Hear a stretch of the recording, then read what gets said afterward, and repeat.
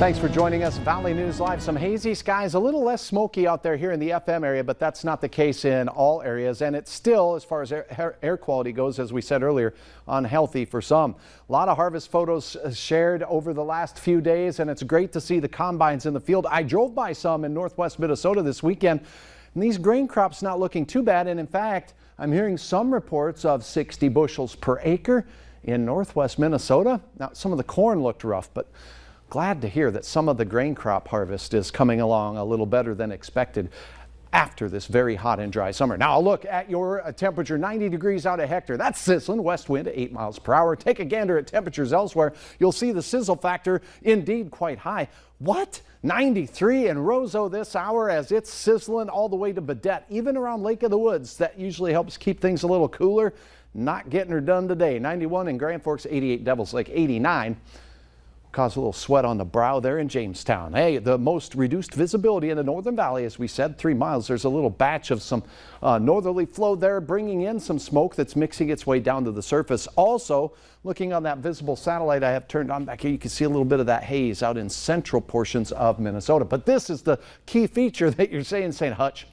There's a lot of green on that. What's that mean? It means there's a chance of rain for a few of us, not all of us. Here's your hour-by-hour forecast. Quiet and hot tonight, with a few areas of smoky conditions, but because the south wind is there, many of us will see those conditions improving this evening.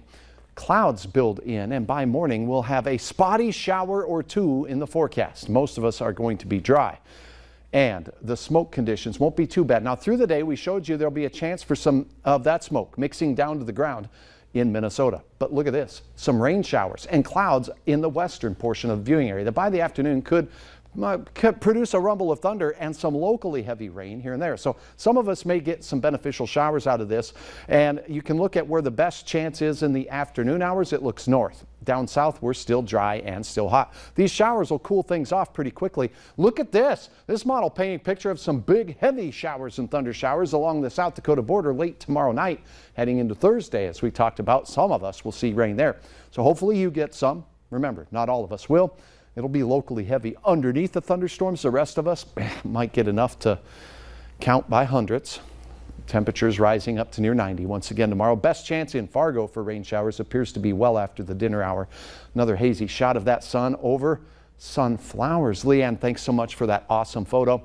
Albeit smoky, temperatures near 90 the next 3 days. So we stay on the hot side of things. A few storms on Wednesday late into Thursday. Thursday probably a better chance for our southern counties to get a few showers and repeat thunderstorms in the afternoon. Friday, can't rule out some evening thunderstorms into your Saturday.